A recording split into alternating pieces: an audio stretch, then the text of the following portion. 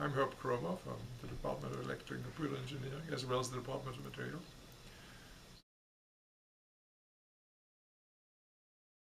This happened gradually.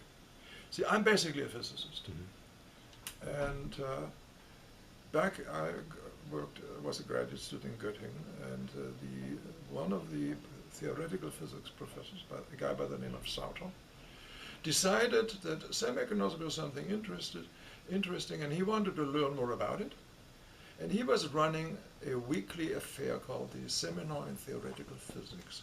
And his idea about learning about semiconductors was to just know enough about which ones are the key papers and give them to individual students who were participants in that seminar and ask them to give a detailed report about it. And a report where you were getting asked some rather searching questions, because he wasn't judging, he didn't know this stuff yet. So he wasn't simply asking you how well you could reproduce what he knew already. He was asking you how well you could explain it so he could learn it. Yeah. And so I ended up with a key paper by Bardeen and Bratton about the physical principles of the transistor. And so I looked at this paper, and this was a beautiful paper. It contained detailed descriptions of everything understood, and a few things that it didn't understand, and I latched on to the one things that puzzled them. And at the end of my seminar, completely out of my own, I offered a crazy hypothesis about what the explanation might be. Let me say right at the outset, the hypothesis was wrong. Sauter said, well, that would be an interesting topic for a PhD dissertation. And so not only had I learned semiconductor physics in that seminar, which in 1950, it was 1950. Yeah. That was not something people were teaching. There were no courses on semiconductor physics. Fortunately, the German Postal Service had a laboratory on telecommunications technology. And they had a small research group of very good people, none of whom had any background in semiconductors, but they were supposed to do semiconductors. And they were looking desperately for a theorist who could explain to them what a band structure is and do various other things. So I ended up getting that job. They didn't have many choices, you see. I ended up getting the job, and I had a wonderful time. So I found myself right from the outset as a theoretical physicist amongst a group of experimentalists in technology. But then, of course, I became very interested in the research that was going on, and I wanted to participate in research myself. And it was very, very clear that in order to do this, you had to go to the United States and not to universities. There was no significant semiconductor work going on at universities, with the exception of Purdue. The activity was at industry. So I ended up at RCA Labs. Hey, I want to go to university. And of course, my natural thought was, hey, go to a physics department.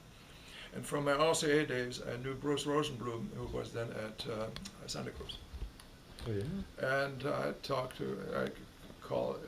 contacted him, and he says, Herb, forget it. You have done too much applied work. No physics department will hire you. Wow. So go look at engineering. And that's what I did. So Ed Steele was the department chair at the time, and he had business in Denver, and he visited me in Boulder, and I had never met the guy. And so he asked, well, Herb, you know our solid-state lab? Yes, I did know it. What would you do with this lab? And I snapped at him and said, sure as hell not what you're doing with it. Because I knew a few of the things that were going on, and I wasn't very impressed. And that led to a rather hostile discussion, where I rubbed it in, and then he finally snapped at me and said, oh, shut up. You know, I'm looking for someone to rock the boat. You sound like you're my man. So I said, get into something new on the ground floor. In as much as I myself was very much interested in compound semiconductors, I recommend going to compound semiconductors. There were at that time 3 universities that had a program with critical mass. My definition of critical mass was something like more than 2 professors. Yeah. So this is how I ended up in engineering at UCSB. I was working on a book with Charlie Kittel at Berkeley. Charlie is a very famous person in physics. We were working on a book together.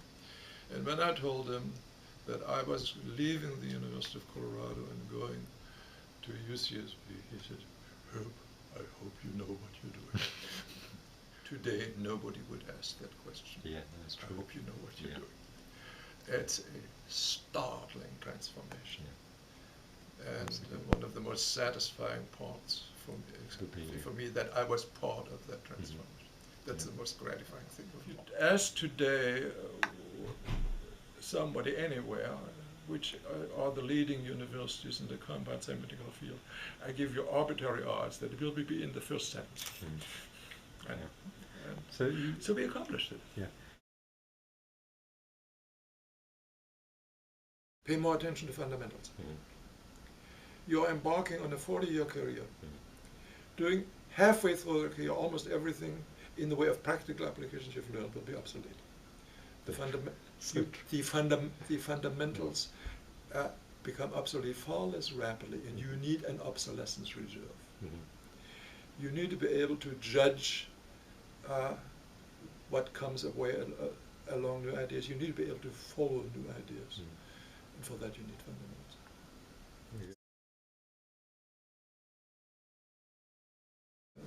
Make sure that in the environment in which they are now active, make UCSB, and particularly engineering, better known. So spread the word. Wherever they can, spread the word.